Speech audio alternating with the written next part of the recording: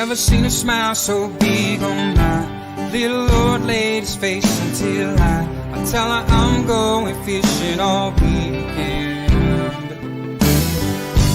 Pack up all of my bait, I make plans for 7:45, and I swing around, pick up my date for the weekend. Some reason she seems to please when I'm leaving. There's something I'm missing when I'm gone fishing. When I'm gone fishing. When I'm gone fishing.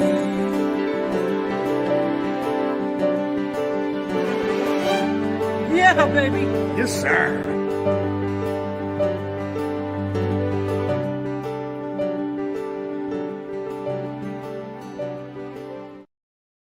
Nice of you folks to join up to show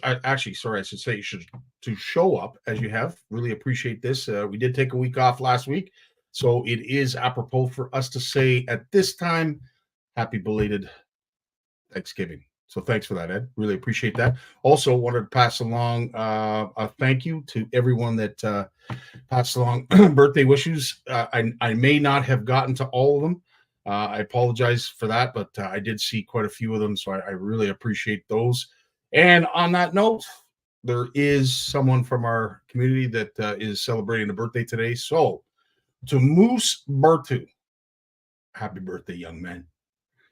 How's everybody well, I'd like to know how everybody has made out. You had a long weekend to deal with. You've had some inclement weather if you live here in Ontario.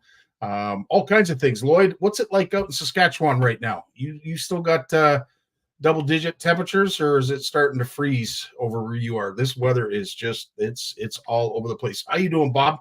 Nice to see you. Eve's in the house. How you doing? Robbie, Cabby Custom Jigs. Yes, thank you, Rob. I appreciate that. Thank you, Sparkus. Nice to see you as well. It's awesome to see you folks every Monday. We did, as I said, take Monday off. It was well-deserved. These guys, they come here, and ladies, when it's Yvonne and her guests, come here every Monday and put on a great show. And you know what? We had family commitments. We all did. And it was nice. Lawrence was talking about a great family dinner that they had. So I'm hoping everybody had a great Thanksgiving dinner. But you know what? Let's get back to fishing. Let's get back to, if anything, let's get back to some therapy, because there's enough going on in this world that we don't need to be reminded of. We don't need to talk about. And we're not. We're simply not. Other than all I can say is the folks that are over there, let's figure it out before more people have to die. That's all I'm going to say. That's all I want to say. I don't care who's right. I don't care who's wrong. I just don't like to see senseless people die. And I don't like to see anybody die, but especially when it's senseless. And needless to say, all my heart goes out to all those who have lost and are still going to lose, because it looks like we're on the brink of war. But anyway, again, let's talk about fishing. There's lots to talk about. The weather has changed the season. I think we've turned the page on summer. We're now officially into fall, whether you like it or not. But needless to say, how a door closes, another door opens, and that opportunity is going to be shared in how we approach it with Big Jim. We've got Lawrence, who's going to be with us as well. He's going to be talking about a couple controversial things. One of which, as I said, has been happening in our own backyard. I don't really want to stress too much about it, because I think enough publicity has been brought to the issue. So I don't really want to kick a dead mule if we don't have to.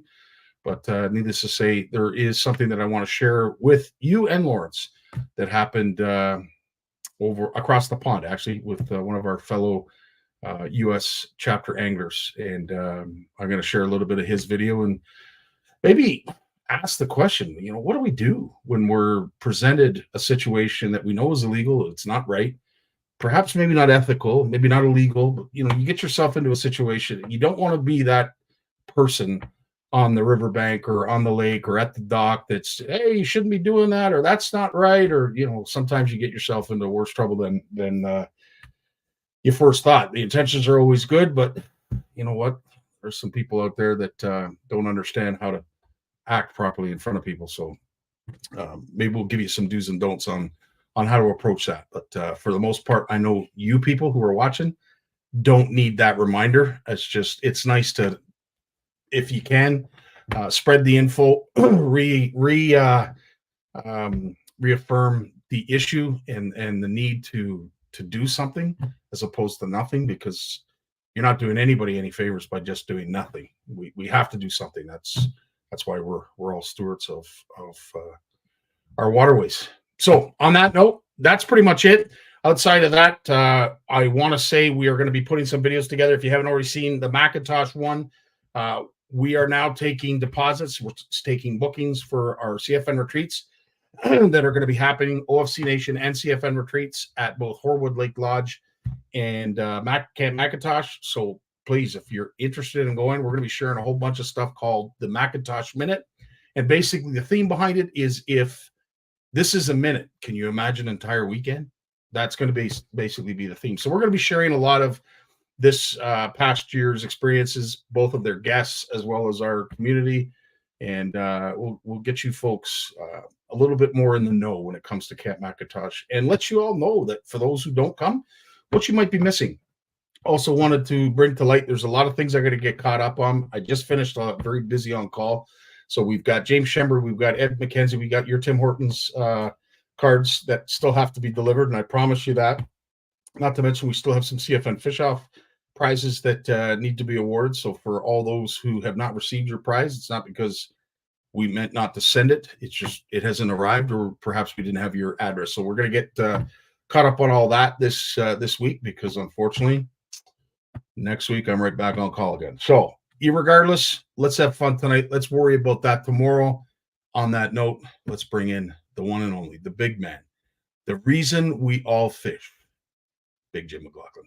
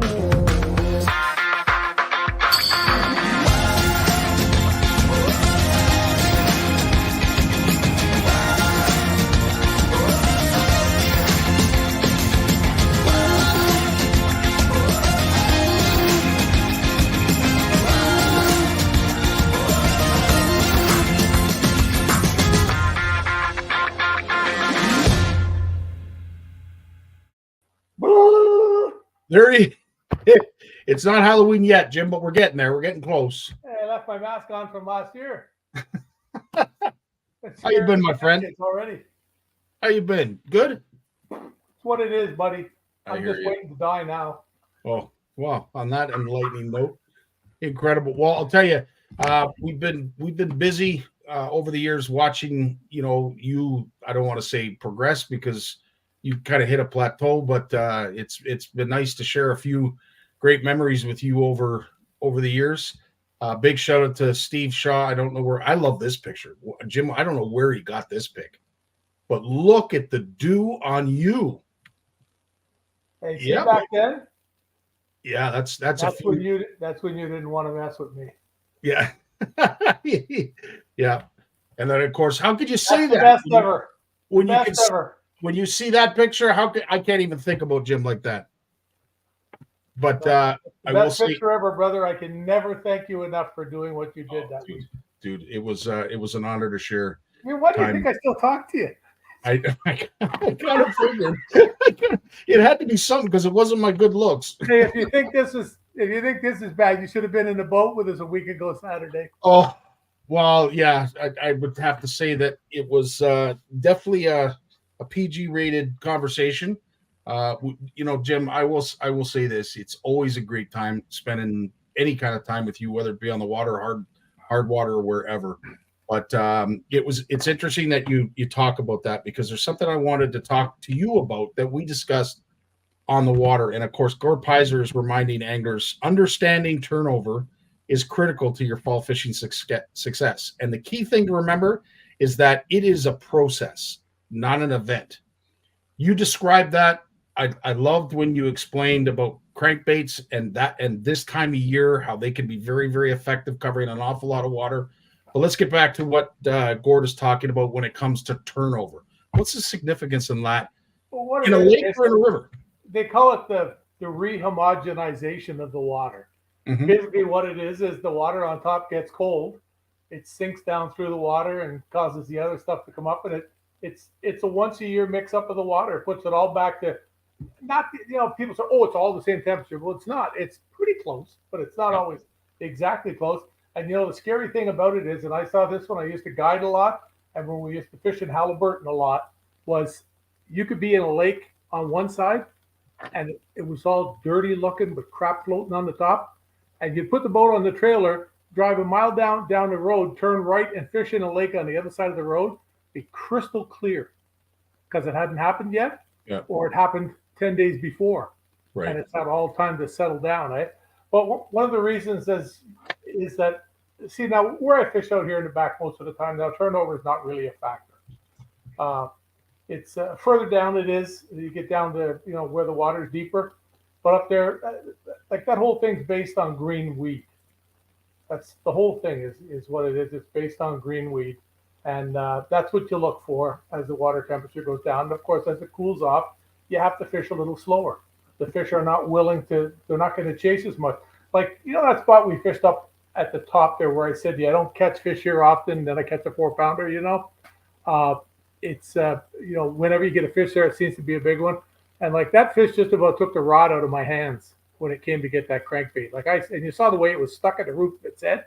Mm-hmm. It was one hook in the mouth and one right, like right in the roof. Like that fish just blew up out of the weeds. Like that fish was going to kill something. Just like the first ones we got on the chatterbait there in the trees. We've still got to get those pieces sorted out and that. But it was that type of day. And it wasn't as good as it was last year. But it was only really get out there one day too. So we were a little later this year. The really good days out there came at the end of September. I noticed there was a little bit of a lack of weed this year. Now I don't know whether it was there and we just didn't quite see it as much because of the wind and because it was you saw that one spot there where we start and drift down in front of the cottage there. I mean, there was 10-inch chop there. Yeah. And you can't really see the weed as much on a cloudy, like an overcast day when it's like that. But you really have to pay attention. You really have to pay attention when you're out there because once you get that green weed, you just circle around. Like we joked, I went out. I didn't put electronics on the boat. I told Scotty, I'm not even going to put the electronics on the boat.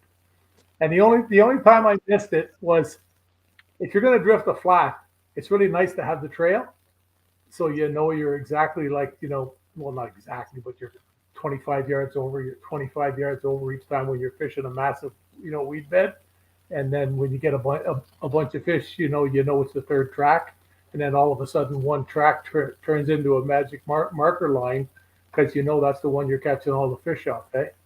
So it was neat, but we still had a great time out there. There was no up on sources.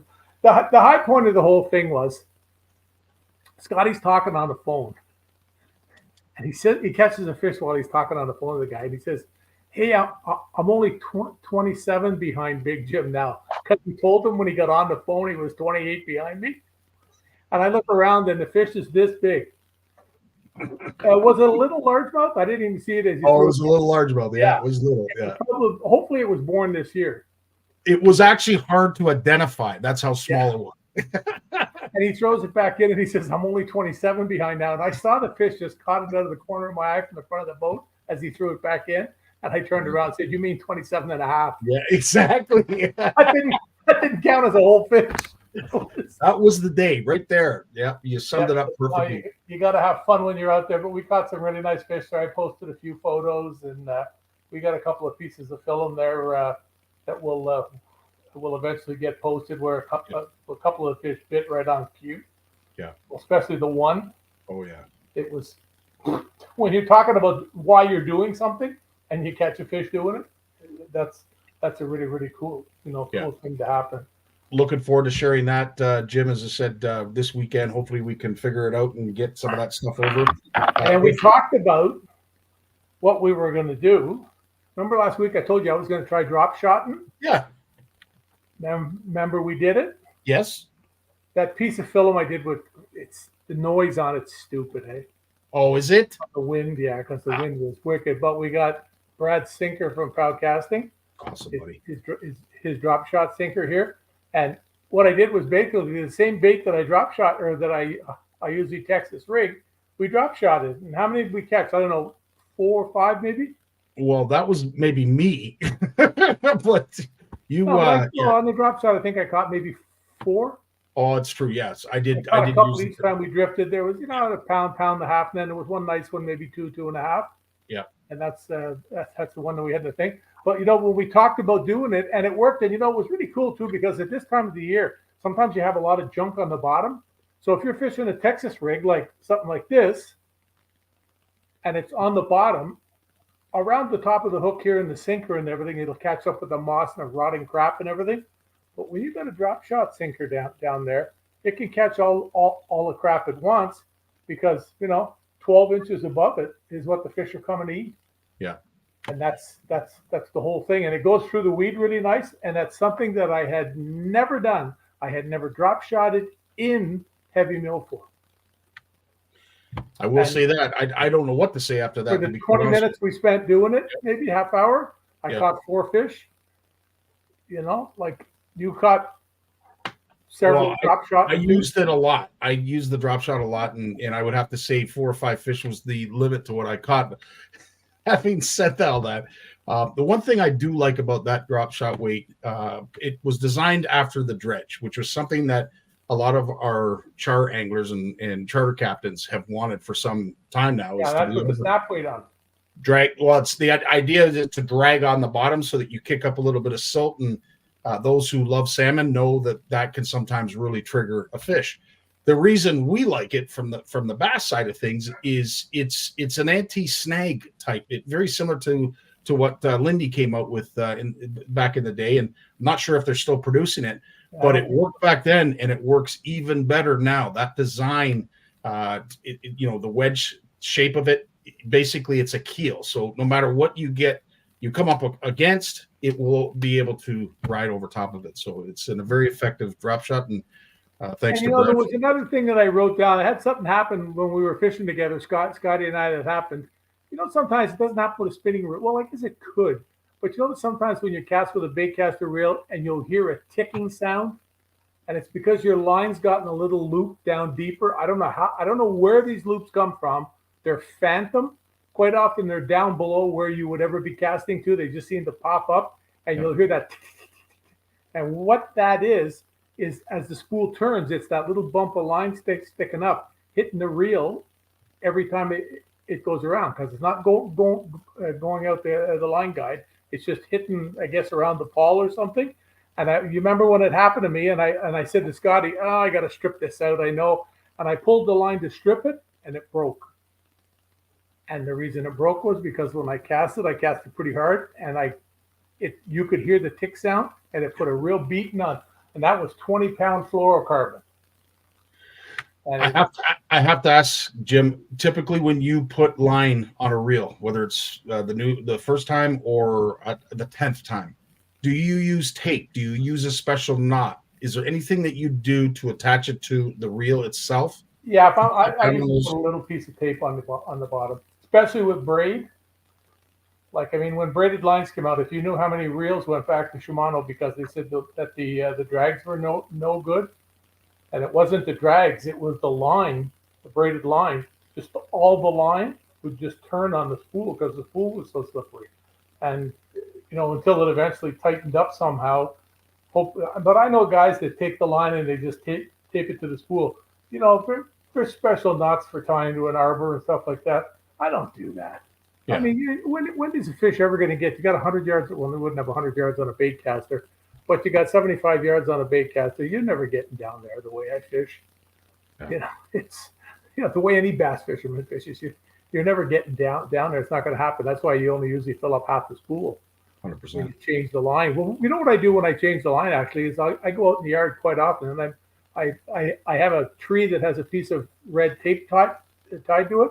I don't even have to cast anymore. I just walk to there, put the line down, walk back, take the reel, cut the line, wind that piece of line up, put it in my pocket, and then I fill all the reels after back to being full. So I know they're all a really good cast plus maybe another 20 feet on them. Who does that? I'm sure everybody does that because there's times when I'm out in the boat, I'll let out, like you said, 100 or so feet just to make sure that first 100 feet is nice and tight.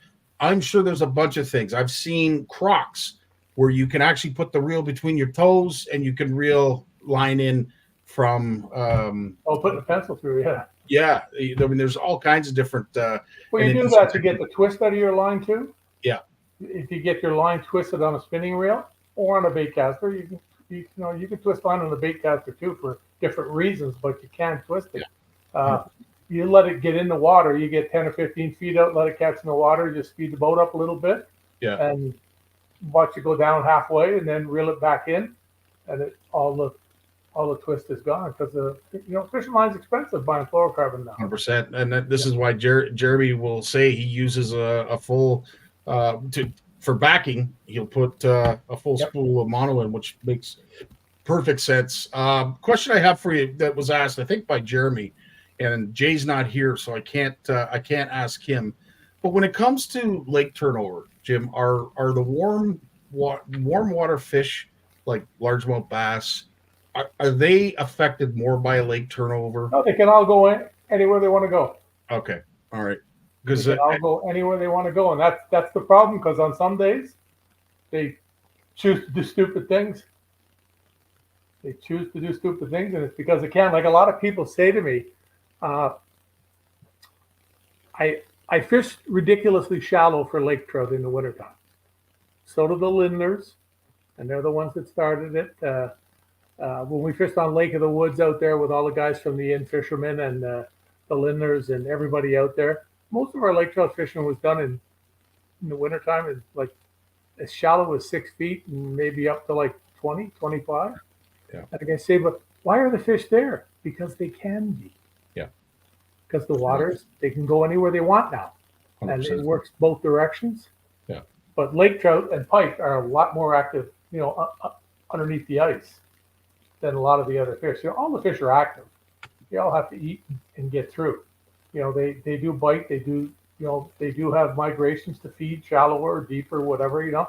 This is something a lot of people don't realize about big pike in a lake trout type lake is that everybody always thinks the fish coming out of the deep water are fishing shallow or eating shallow. Most of the time, that's what happens.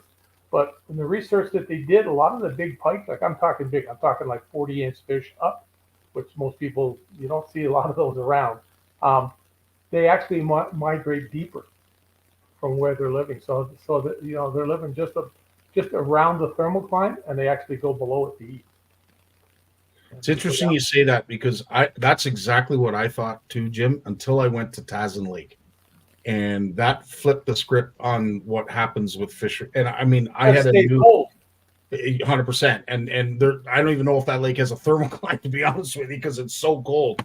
But But something that I didn't realize when it came to lake trout, I know you and I have talked about this, is how aggressive they can be. Oh, The MNR biologists, anybody who's been to that lake will say, without a doubt, those lake trout keep those big pike in those back bays.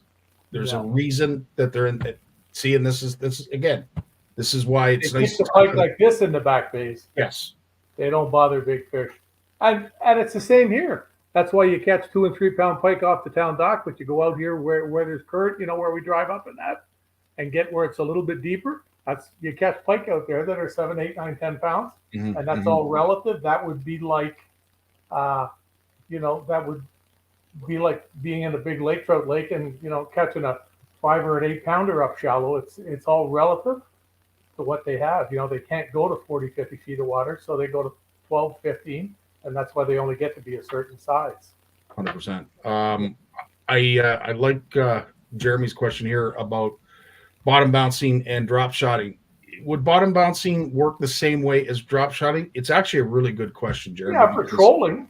Yeah, for a guy like me, you can cast a bottom bouncer, but it's kind of hard. it is. Yeah, I have done it, in the old walleye days, but it'd be more for trolling. I really like drop shot fishing. I mean, and drop shot fishing is nothing new. They just do it now and they call it drop shotting. Yeah. I mean, when we were kids and we went, when I remember there was an old lad next door that was a caretaker in the apartment building next door to us, and he took me winter fishing, and he tied a hook on about 15 inches up the line, and he put a bell sinker on the bottom. He put a minnow on it. And it was my first drop shot. I fished a drop shot 60 years ago. it's so true. It's so Yeah. true. And Jeremy, I for one love to just flow with the wind and coast. And for me, drop shotting, because if you have the right kind of weight, you're able to keep contact with the bottom, so you're able to get to know your bottom as you're drifting over top of it. Now we're into the weeds, now we're into the sand, and as Jim will tell you, those transitions, those subtle transitions, can mean the difference between catching and watching fish on the screen. Yep. And Scotty, when you were mentioning about how aggressive lake trout can be, when we used to ice fish them out here down around Bath here in Lake Ontario, if you got out there in a year when there wasn't snow on yet, and you would be looking down the hole, and they would go by, do a high-speed pass at the lure and not touch it, and you'd just about twist your neck trying to follow them, because you would see them underneath the ice, and then all of a sudden they'd come from the opposite side or over here. If it was the same one, I don't even know that. And then all of a sudden you'd catch one, and you were watching this 10 feet underneath the ice, although you're in 60 feet of water. They're right up in the very column. And I mean, anything that moves. That's why I've often talked to people about vertical jigging for lake trout in the summertime. You get a rough idea where they are, the depth. You drop to that depth, and now, I mean, with forward-facing sonar, it was bad enough just with a flasher. You could see them plain as day, or just a graph. But you just drop to the depth that you see them at. When you hit that depth, you stop it and you reel it back to the top almost as fast as you can. 100%. And they're aggressive. They come to get it. It's what they do. And the number of times that I've watched fish take my lure 10 feet under the surface after coming up from 50 feet, and they would boil the water. That's how fast they were coming, where they'd grab it at maybe 8 to 10 feet down. By the time they turned to go back down, they would swirl the water and go back down. Like, that's how fast they're coming and how aggressive they are. Yeah, and everybody thinks of a lake trout as something you're winding in on an old Penn 309 with a 6-foot-long gang troll, and you don't even feel the fish. You feel the gang troll puts up more of a fight than the fish does. It's so funny you say that. You want to talk about unorthodox? This is back when I was a kid. Didn't know I was still wet behind the ears, and the old man loved, God rest his soul, the old man loved to troll with a steel line for lake trout. Oh, yeah. The only problem is we had a ski boat. So we had a big tower of power on the big 115 on the back of a 16-foot J-Craft. I'm all bundled up in my life jacket thinking, we're going to go fast, Daddy. We're going to go. No. We're going to put it into gear. And we're going to drag this thing. And it never caught in all the years, God bless him, never caught a single fish. But sometimes, and I think it's times like that have made me appreciate those times that you don't catch fish, because not every time you're going to go out and catch fish. Listen, if there's any tip that I can give any of you, there is always a better stick than you out there.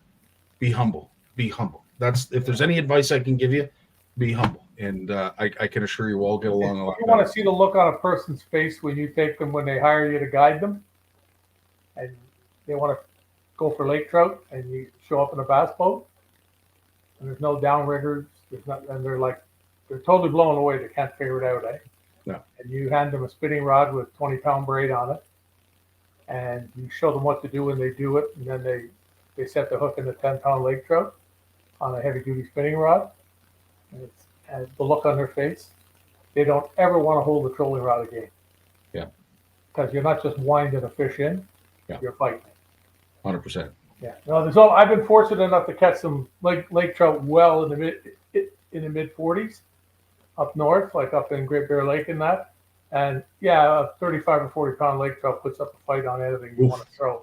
Oh yes. You know, it's what it is. It's all business. But a 30, 40-pound lake trout on a lighter musky rod with a big tranks and 25-pound fluorocarbon or something, that's a whole new game too, right there.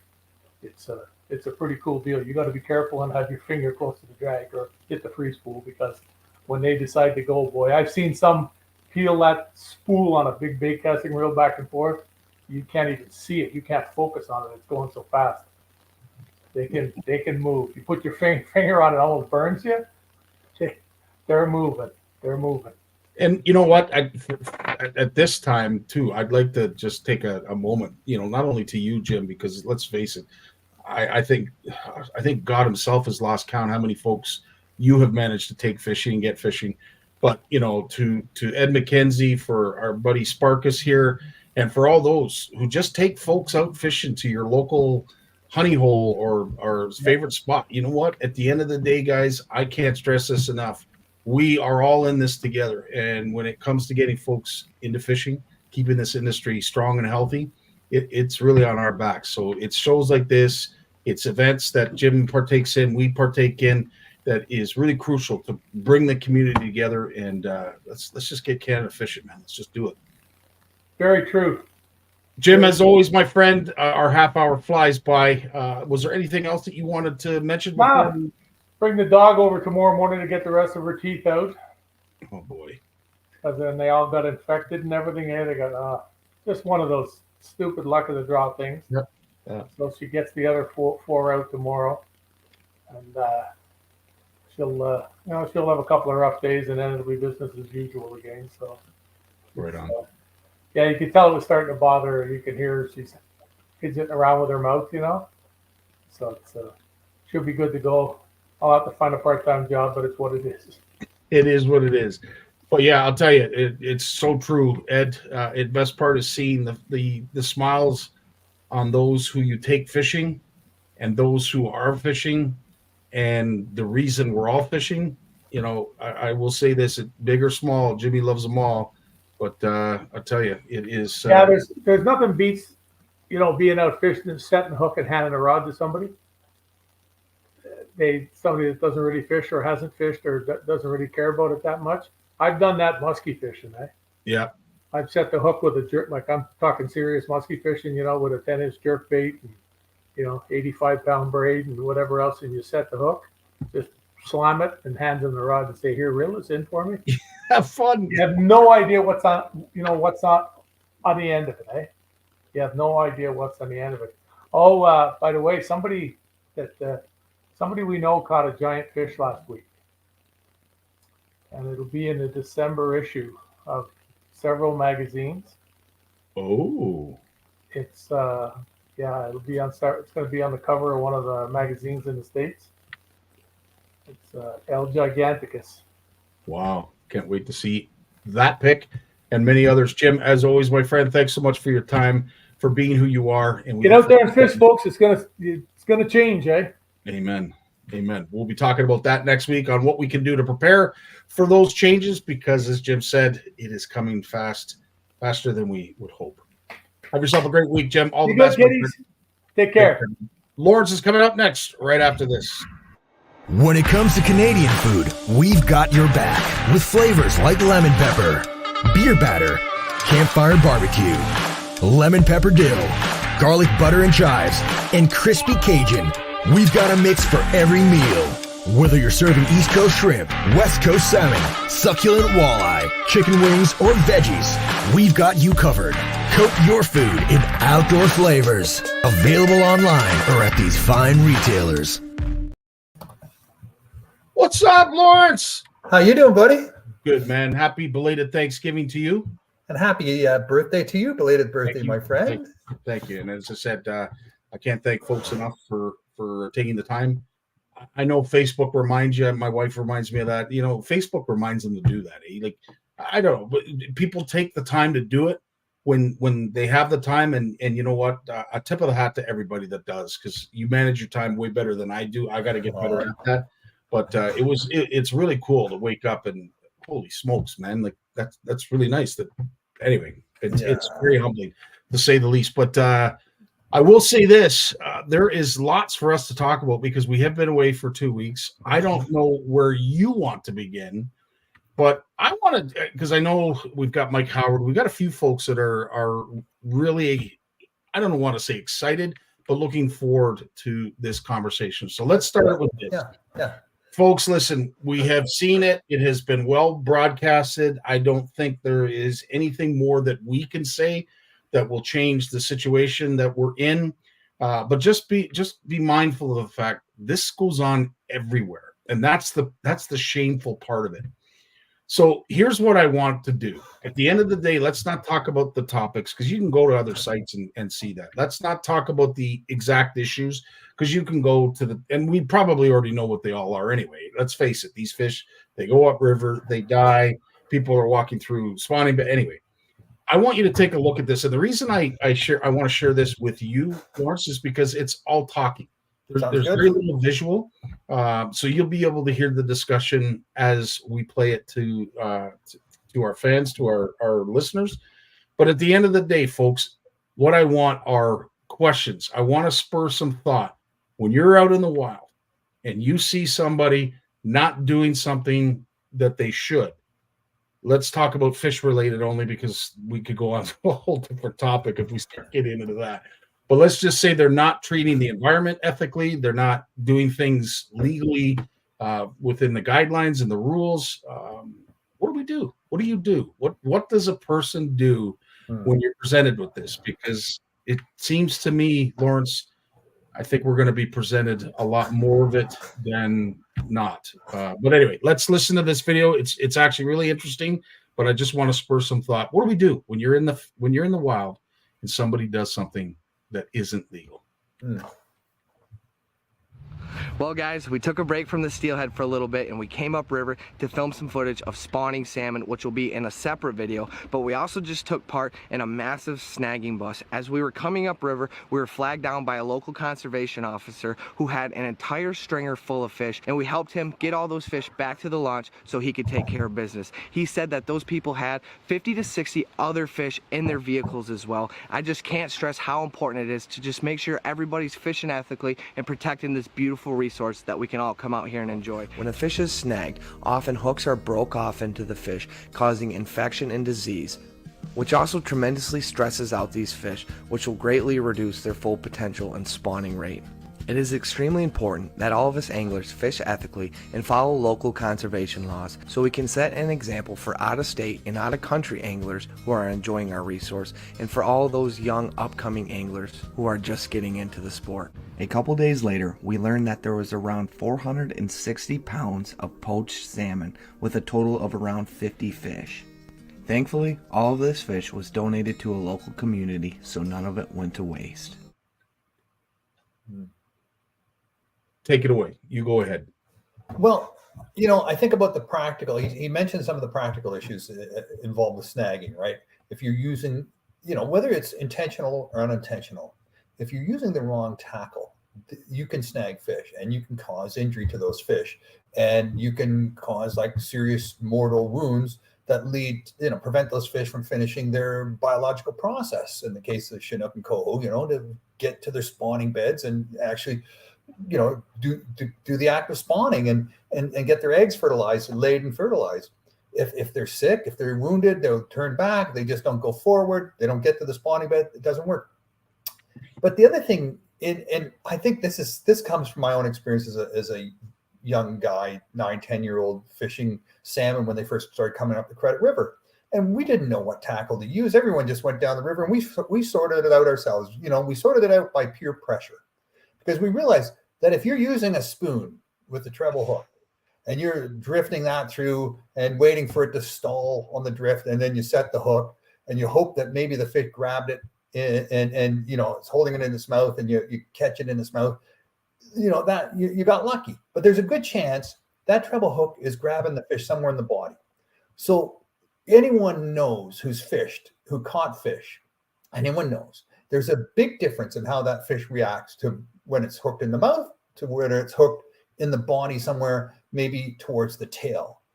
The big problem is you got a fight on your hands that's going to take you 3 to 4 times longer to get that fish in so you can get your hook out. If you can get that fish's head turned towards you, that's 3/4 of the battle, right?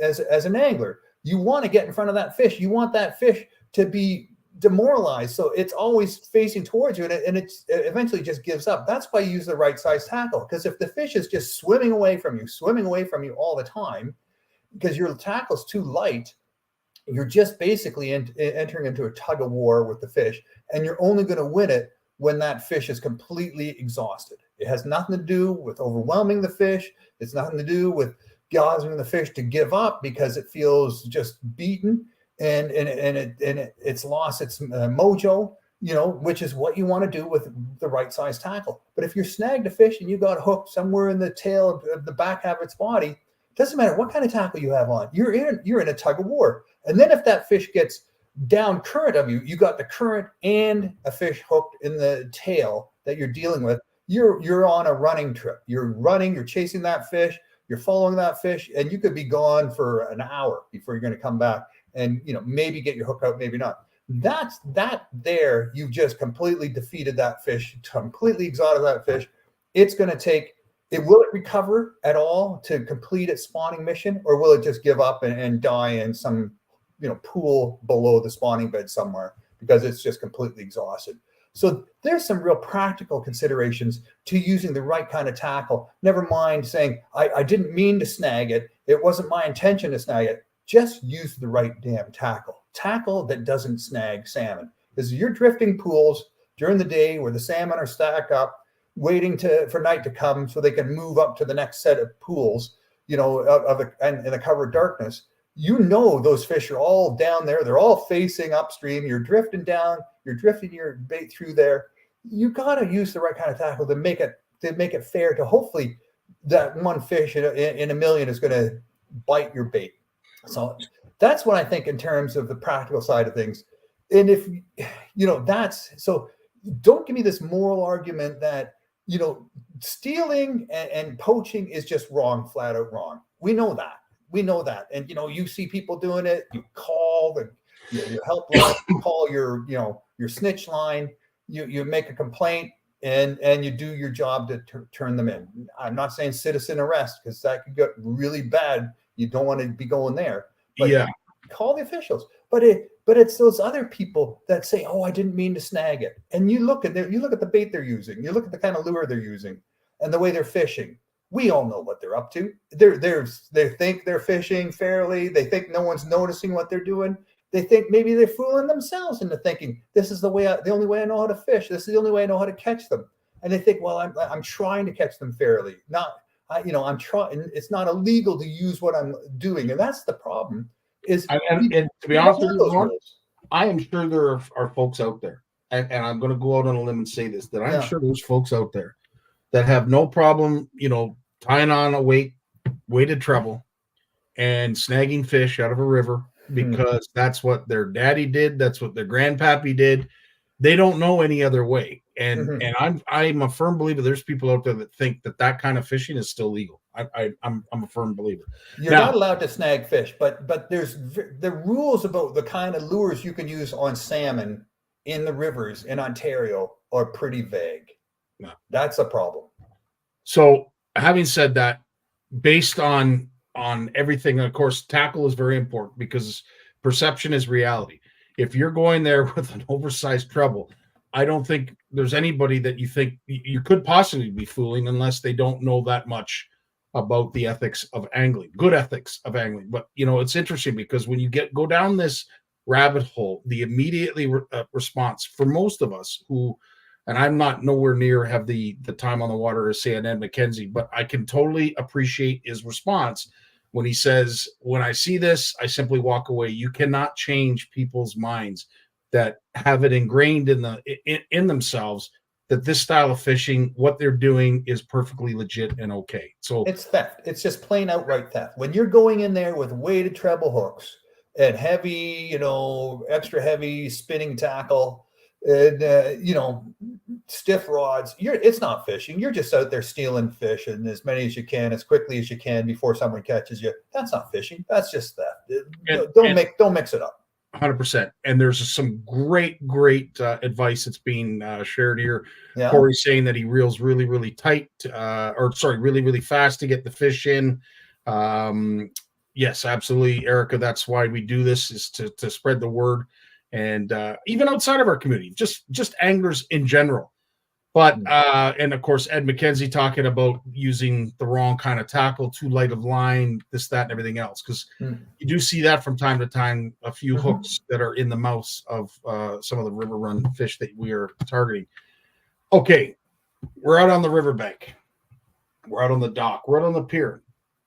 We're seeing someone do something that is unethical. Rip jigging. They're rip jigging. Yeah, you know what they're doing. They're not feeling if they got a bite. They're not feeling if they're rip jigging, the short little rip jigs, right? And they're dropping their lure to the bottom and giving a little rip jig to see if they can hook something. Yeah. So I again, this is a perfect example because they're not necessarily doing anything illegal, but the ethics side of fishing and what they're doing is completely wrong. So at this point, given your situation, and we'll whether you're fully able or you have a disability, doesn't matter. We're not here to discriminate against either. What would you do if you were sitting there on the riverbank or at a dock and someone whispered in your ear, I think they're snagging fish, or I think they're doing something illegal? Do you confront that person? Do you try to educate them? Do you how do you approach that? Honestly, Scotty, I think this whole way of catching salmon in pools or salmon on the move up rivers, at the pier, it's a specialized type of fishing that's not well understood, right? You need to share that knowledge. People come down there with typical fishing equipment. They're using the same spoons and rods maybe that they used out on the river or out on the lake. I mean, I caught salmon on the lake with this spoon. I know it works. So they bring it to the pier or into the pool of the river.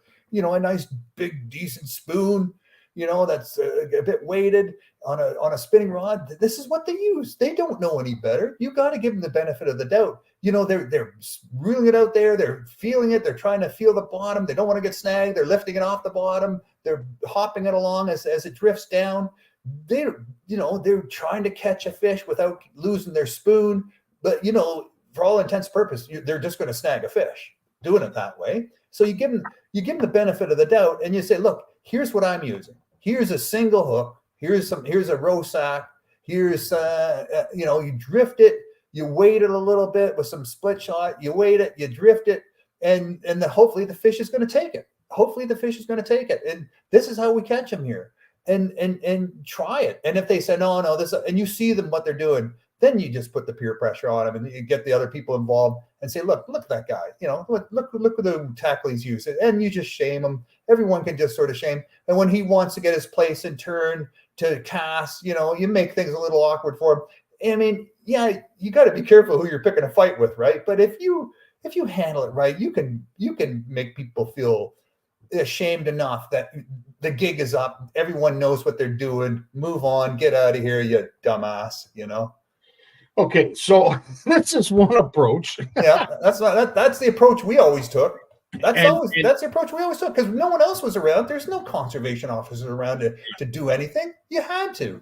So and it's not to say that you're wrong, but if I'm going to speak to everyone here, Erica, I'm going to tell you that this approach is not the best approach to take for yourself, especially when you're out there by yourself. Women anglers, it's a totally different animal, and I appreciate you pleading the fifth or just taking the night off and maybe being very polite, but then that can be interpreted differently. Listen, as a woman angler, you guys have a lot more difficulty when it comes to just existing on a riverbank, on a dock, or on up here because of all the other nonsense that goes on with society, never mind fishing.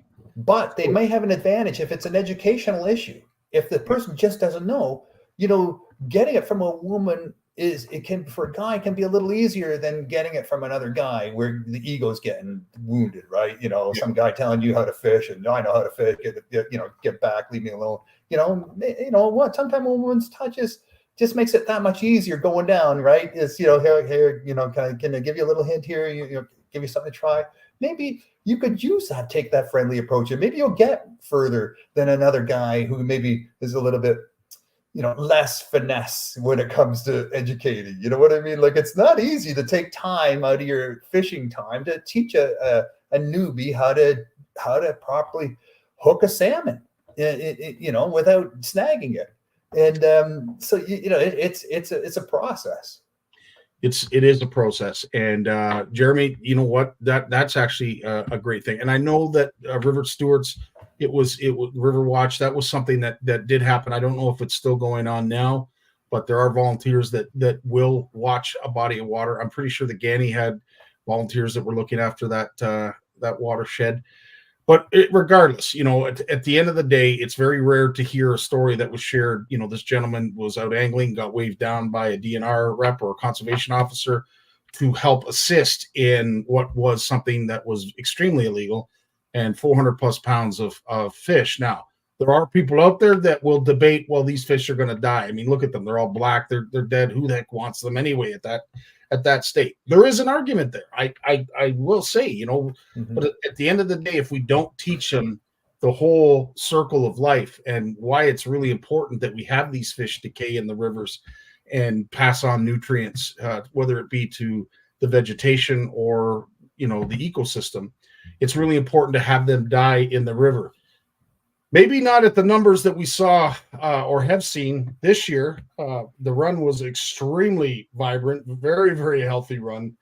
And perhaps maybe we don't need to see all of that on a small river, or at least small tributaries like the Ganny when it does get down into those small little creeks. Yeah, but at the end of the day, what I want to discuss is how do we go about approaching someone that is doing something that is unethical or illegal. I think both approaches, you need to be polite. I honestly believe that you get way more flies with honey than you do anything else. I agree. And the moral outrage is, it's one thing to be on the internet. And this is the problem with social media.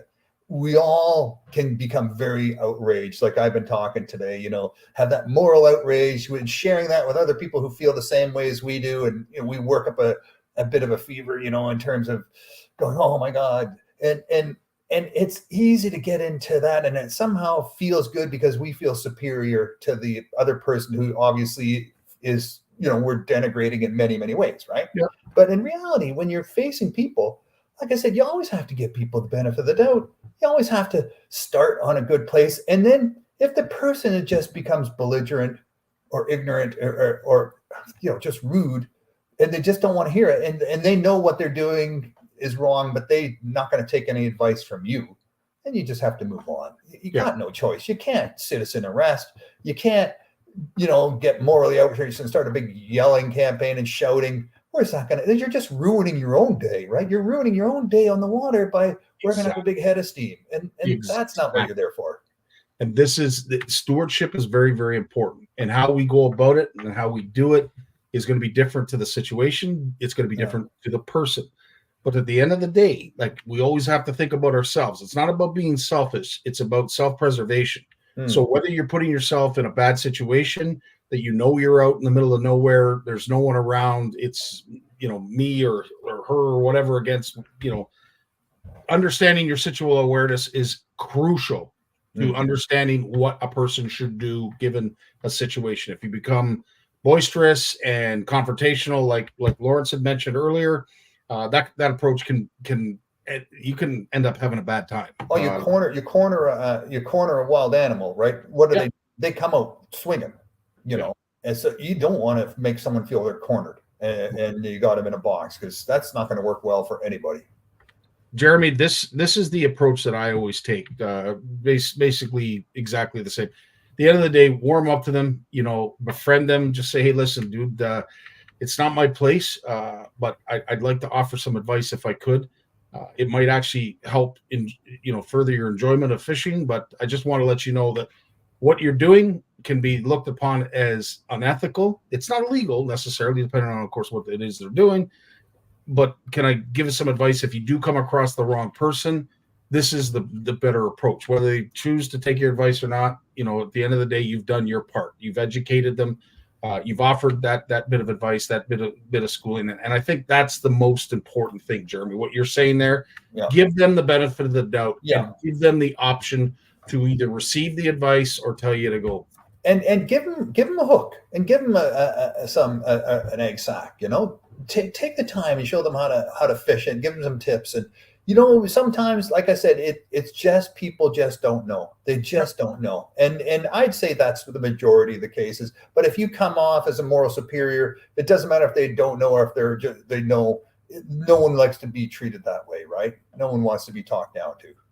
So, you know, again, not to get into the obvious, but I think it's important because, you know, as Brad has said here, you know, offer advice. At the end of the day, that's all we can do. But if you find that they're in a group, perhaps they're consuming alcohol or other things, maybe fishing is no longer more important to them right now. They're more in the party mood. Those are the folks that we're probably not going to get to or get through to ever. So to me, it's almost a waste of time trying to educate folks that are in a group. It's best to take these anglers individually, separately. No one likes to be called out straight up. So in front of their friends, especially, right? You know, you're with your friends. You've been, you know, if you've had some pops maybe and some beer, and someone singles you out of their group. You know, you got to stand up for yourself, right? You feel you have to stand up for yourself and not take that. So you're that.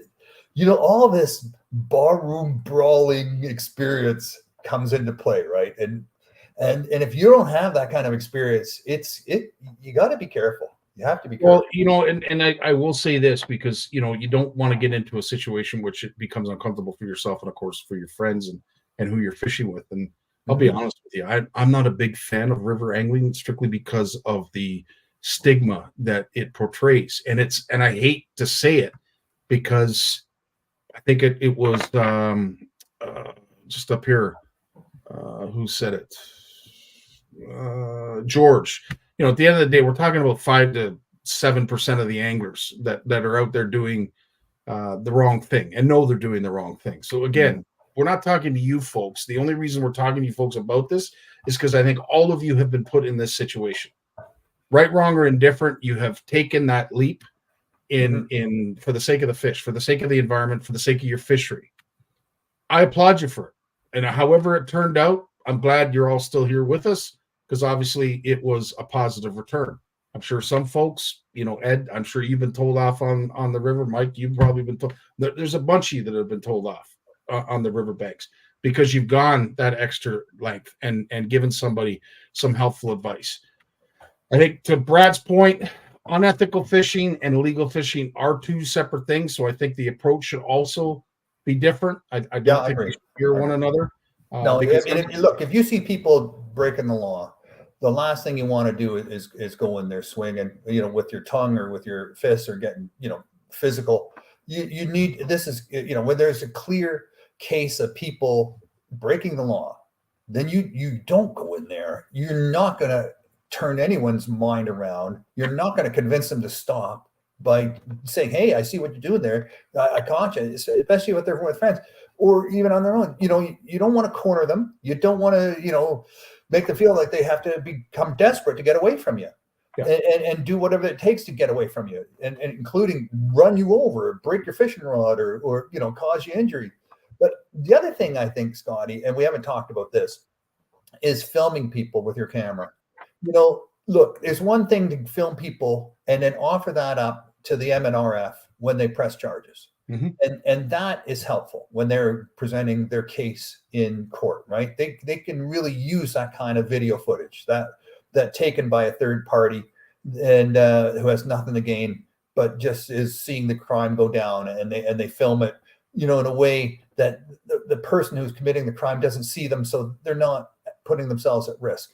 But if you do film that, and then say, instead of turning it over to MNRF, you decide to put it on Facebook and share it and say, look at this guy, look what this guy's or gal's doing, and do get into that sort of moral outrage party with your friends. Who's benefiting from that? No one. And you know what? We're all going to lose, because what's going to happen is non-anglers, concerned citizens, people who are against fishing in the first place, they're going to start to jump on that stuff and say, look at this video, look at this horrible person. This is what's going on in our public waters, and the politicians are going to get involved, and they're going to see an opportunity here to become the savior, and they're going to shut it down. Yeah. And they're going to shut it down because we got on a moral bandwagon and wanted to feel good about outing some stranger we don't even know for doing something stupid to a fish that we know is illegal. Be careful how you carry yourself and how you share this information. I'm not saying cover it up, but there's people who need to be notified, and there's people, and then there's the public. And what benefit is it to share this kind of information with the public? It's giving all anglers a black eye. Okay, and you just hit the nail on the head. This was going to be the wrap up. At the end of the day, Corey, you're 100% right. In some cases, you snag a bottom fish or another fish that's in deep water. It's up to you to decide whether that's an ethical catch. Some folks will be adamant and say, no, if I didn't snag it in the mouth, I'm not keeping that fish. It's not. And you're right. And I'm not going to argue the point, but some folks out on the West Coast, East Coast, you're in 200 feet of water. You can't determine when you get that fish to the boat whether it was hooked in the mouth or hooked in the lip or the tail. And by that time, the fish is probably dead anyway, because you fished it from too deep of water. The point is, and because there's a lot of great points that have been brought up here, Lawrence, we could be here all day based on some of the, and I love the content, folks. I really appreciate this. At the end of the day, this is why I wanted to talk about this. I want you folks to be armed when you're out in the field and you get presented a situation where you don't know what to do. And not all of us are experts when it comes to how to deal with certain situations.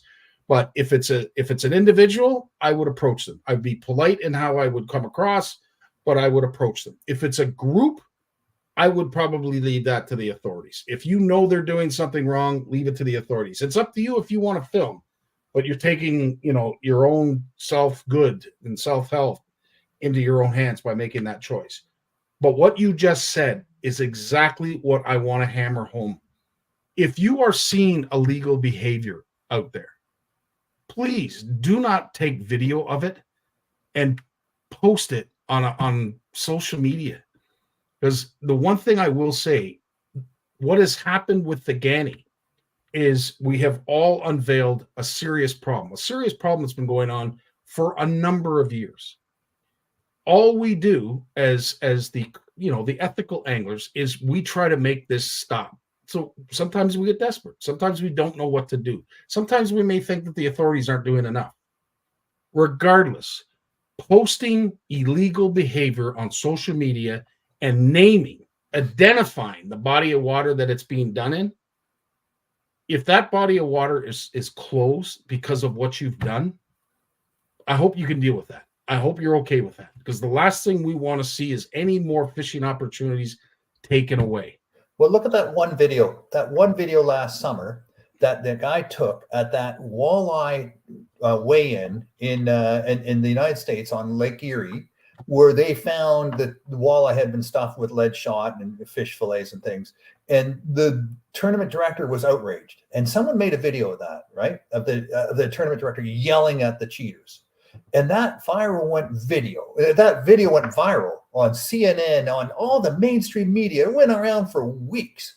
And everyone said, oh my God, those anglers are horrific. This happens all the time. And then the media found other idiots who are anglers who claim, oh, this happens all the time. I'm fishing tournaments and there's cheating all the time. And they found people who are willing to say that in front of the media, just to get their face in front of a camera, because that's what the reporters were looking for. And then it just snowballs. And we don't need that, because look, that was a huge punch in the eye to fishing last summer. Those two guys gave fishing, all fishermen and fisherwomen, a huge punch in the eye with that. Yeah. So again, there's always some thought. There's always some method to the madness. I shared a video that clearly illustrated and mentioned illegal activity, poaching.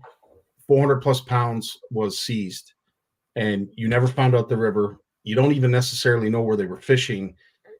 And for that fact, it needs to be nameless, because all we're going to do is shut down one fishery after another if we continue to do that. So please, I'm begging you, don't take pictures and identify the body of water. At the end of the day, this is why we have authorities. This is why we have the police. Let that be their job, because that's what they're trained to do. We as anglers are only there to advise. We're only there to be stewards of a body of water. And trust me when I say this, take it only as far as you would be willing to take it if you were in their shoes. So, Jeremy, to your question about going with I think it was you, Jeremy, that brought it up. Well, yeah. So if you do a Facebook Live and you're going to identify what they're doing and identify the people, that you're going to have a bad time, dude. At the end of the day, put yourself in their position. Well, now, you can also, if you accuse someone of a crime, and you name them and you show their faces, you could be charged if they get off. You could be sued by them, because they might have lost their job. They might have lost, some tournament. They might have lost who knows what, and suffered some personal injury, and you could be sued for causing that. So you have to be careful about slander and libel and all that stuff. So I think the key there, Scotty, you're exactly right, is don't get on your moral bandwagon and start saying, look at all these idiots. I can't stand it anymore. Every time I come down here, the place is filthy, and there's dead salmon laying all over the place with their roe sacks taken out of them, and there's people poaching, and we all feel that way when we see things going sideways. But to post that and to pan that evidence over to the anti-fishing side and the public outrage side, and give that information to the politicians so they can come out and get a win for the team, we're going to lose. We're the losers. 100%. And George, it's a great question you ask. And well, you know what? And I can't honestly answer it, so I'm going to hope that you can, Lawrence. When was the last time we shut down a fishery because of poaching? In my brief history of the Credit River, from the time I was 10 until I was 18, 20 years old, and I'm saying from 73 to 83, my fishing experience on the Credit River, there were so many openings and closings and sanctuaries and, established and shut. And it was a moving target. It was a moving target, and it all had to do with fishing pressure. Interesting. Well, I can honestly say that I, for one, can't think of a fishery, George, that has been shut down because of poaching. But I will say this: if there ever was a fishery that was in the limelight as much as the Ganny has been, it's a wonder it's still open. It really is a wonder it's still open. With everything that's gone on down there, it's teetering on the brink. And unfortunately, my concern is that a certain video that has been circulated, and as Erica said, it's everywhere. I think it will do more harm than good, but that's just my opinion. Again, that's the beautiful thing about this country that we live in. Everybody's entitled to their own opinion, and I just don't want to see any more fisheries at risk because we're promoting unethical angling, illegal angling. It's just Again, we sat here about the tournaments. You talked about the weights in fish. How was that going to change tournaments? At the end of the day, I think it was maybe Jim or maybe Jay that said, if you folks can still wet a line and make money doing it, the tournaments will survive. They will find a way to survive. And Oh yeah, to but their- who's putting up the cash prizes and all the other prizes, right? Yep. And when you're a sponsor of these tournaments and your company brand is associated with a tournament where there is cheating taking place, you think you're going to go back for a second round of that? Yeah. Not easily, right? Not easily. When you think, oh my God, there's my logo in the background of that screaming man going on a tyrant about cheating at this tournament. You know, they say there's no such thing as bad publicity, but there can be bad publicity. And when it comes to cheating and social media and things like that, sponsors flee. They flee. And now we have another case. We mentioned it about the Lake Nipissing top 50 tournament trail for pike, and those 4 anglers that were allegedly caught trimming the tails of northern pike so they could fit them in under the 24-inch slot limit to count for their part of their quota. And now they've been charged. MNRF has laid charges now against 4 of these anglers. And there was a specific term they use, and I'll tell you what it is.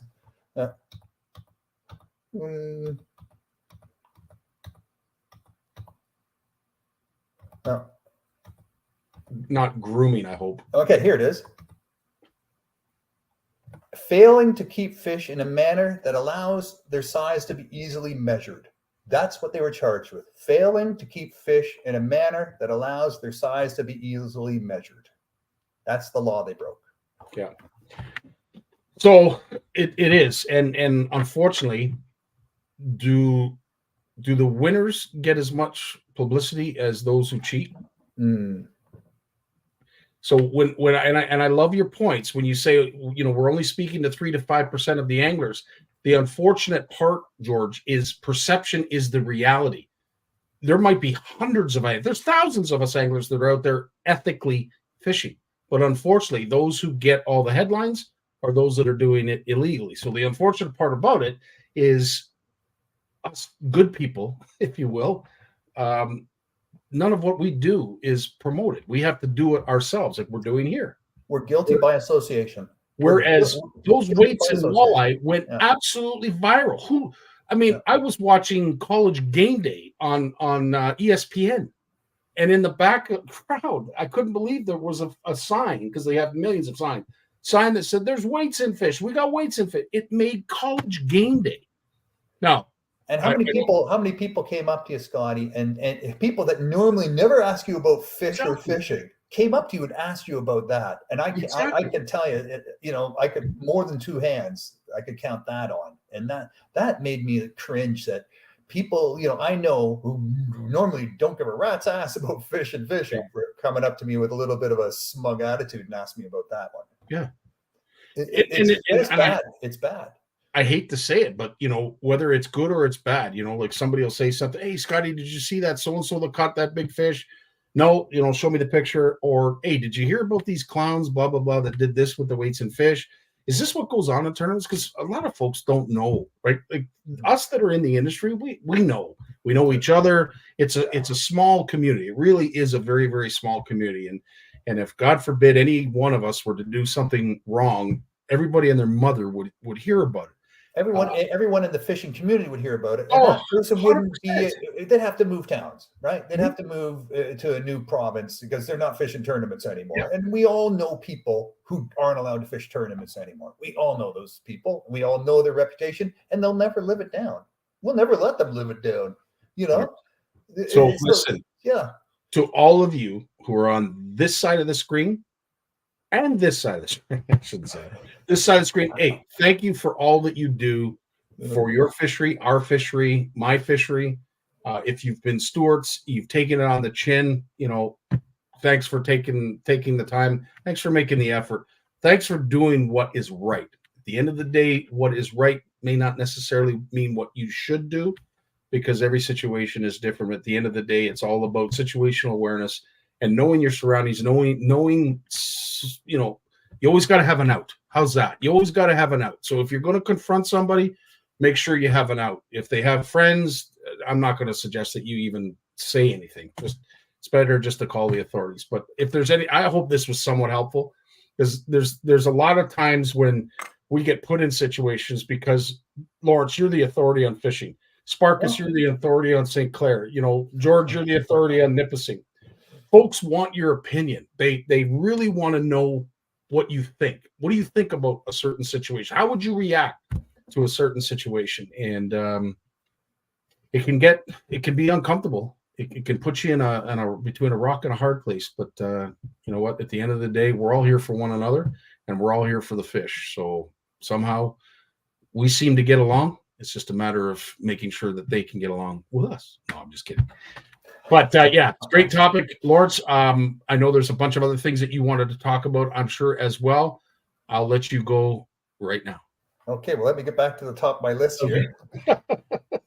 So Brian Morrison, if you didn't catch it or listen to it already, check out that episode on the Bluefish Radio Show. Like I said, the Bluefish Radio Show is what you need to search for in your podcast streaming.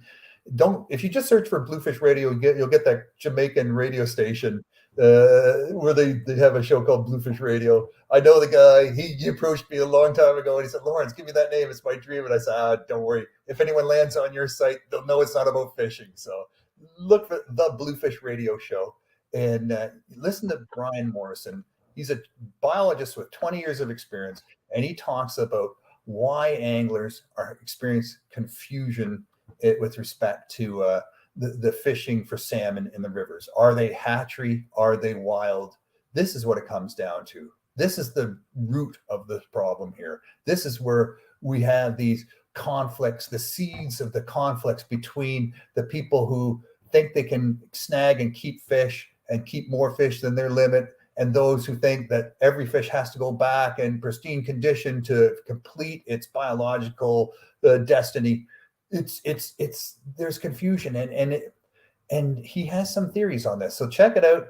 There's an editorial as well in the last issue of the Bluefish Radio, the Bluefish newsletter on the Bluefish Canada website. So this is, I think it gives you some insight on Brian Morrison. I'll tell you, I learned more about the different tributaries that flow into the North Shore of Lake Ontario than I ever knew. And I thought I knew it pretty well, but this guy understands it better than anybody else. I think he's in the top 1%. You'll learn something from him. He's a real scientist, but just settle in and you'll learn something. It's quite fascinating. That's awesome.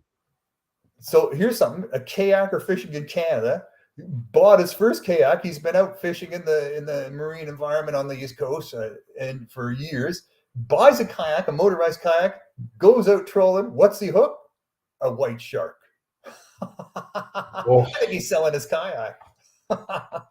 Okay. But more about that in the Bluefish newsletter as well. But you're in a 12, 14-foot kayak and you're hooking a 12, 14-foot white shark. Who's going to win that battle? Well, I was just going to ask, is he still with us? Apparently, he's in the news. They quoted him, so he must be around. But that would rattle you. You see these videos, and I know I digress, but you see these videos of these folks out in the kayaks, out in, wherever they are. I don't want to judge, but you're putting yourself in a heck of a situation, because at the end of the day, let's face it, if it's big water, there's big fish, and the last thing I want to do is hook into any kind of fish and then have it chased to the surface by another big fish that's bigger than the boat that I'm in. That's not fun. I'm not going to have a good time. No, and this happened in Nova Scotia, and the shark was bigger than his boat. So there you go. There is the ultimate old man in the sea story. But this guy survived, just like The Old Man in the Sea, that beautiful book that everyone should read at least 3 times in their life. There is nothing I am more fearful of when it comes to the big blue sea than Jaws and our great white cousins. Yeah. But I'm just as fascinated. They say a love-hate relationship. There's no hate. I don't hate sharks. I'm fascinated by them. But that scenario you just described would probably, minus the kayak, would be the worst scenario I could ever think of. Yeah. And never mind when they're swimming right next to your boat and you're thinking, I don't want to fall out. Don't let me fall out. I don't have to worry about being eaten because the heart's going to explode before anything bad happens. I can assure you. You'll be chum. Your buddies will be using you for chum. Absolutely. Lawrence, we got time for one more. Okay. Oh yeah, no, that's the. Okay, so here's a commercial fisher off the coast of British Columbia had $120,000 worth of salmon, tuna taken off their boat that they caught illegally, and they're fined. So they lost their fish. They got a big fine. So there is justice out there for the poachers. There was sharks and albacore tuna. So no, that's another story. Sharks and albacore tuna are getting greater defenses thanks to the work of Canada and the United States and their international committee. Yeah, we're making some progress on many fronts, my friend. Well, I will say we are, especially when it comes to catch and release. And Mike Howard, I can assure you, nobody here listening to this broadcast would ever jump in a plastic inflatable in the shape of a unicorn and fight like that. Had to be staged. There's no way There's no way that guy got let out to see that far. Like, there's no way. There's no way. That sounds like my brother-in-law. All right, start rolling the camera. Okay, I got one more. This is crazy, and this is tragic, but it's absolutely so. Up in the Alaska, there's a lot of salmon up there, right? And we're getting a lot of killer whales up in that area too. Mm-hmm. So you don't realize how big these trawlers are that are catching these salmon, that are driving around up there, dragging these giant nets, catching salmon, and you wonder, well, how big can they be, and how many fish can they catch at once, and why are all the fish dying in that net? Well, this net they pulled in had 9 killer whales in it. 8 of them were dead. 9 killer whales are in your net, and you don't even notice until you pull it up. Wow, that's bananas. Wow. 9 killer whales, a whole pod. You just scooped up an entire pod in your net, and you didn't even notice. That's how big these ships are. Well, Mark, that's probably what is explaining these orcas attacking boats. You hear these in Australia, boats, they're hitting the rudders, they're going after the propellers, they're doing everything to disable these boats. Yeah. Maybe this is the reason. I don't know. It's so bizarre watching animals sort of adapt and change their aggressions and how they deal with such certain situations. But the latest videos are coming out about these orcas attacking boats. Their names are port and starboard, because one's dorsal fin leans a little bit to the left, the other one leans a little bit to the right. It's just a dynamic duel who are causing all the chaos. This is great, Eric. I love that. The fish are fighting back, and we can only hope that they have enough strength to fight all of those who are doing them injustice and unethical. They lost the fight. They lost the fight against that dragger. I'll tell you, that's tragic. That's 100%. Tragic. Yeah. Lawrence, as always, our hour has gone by and then some. But thanks so much for joining us as you do every Monday, and we look forward to seeing you again next Monday, bud. Happy to have the chat, and as always, I'll get my blood boiling a little bit, and I have to go relax.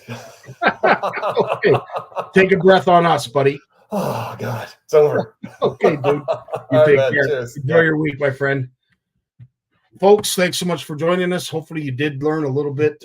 We gave you some helpful advice when it comes to confronting those who are doing things unethically to your fishery, to the fish that you enjoy in that fishery, or just illegal behavior in general. It's not an easy, it's not easy waters to navigate. I don't wish it upon anybody, but for those who do step up, I really do appreciate it. I know the fishery does as well.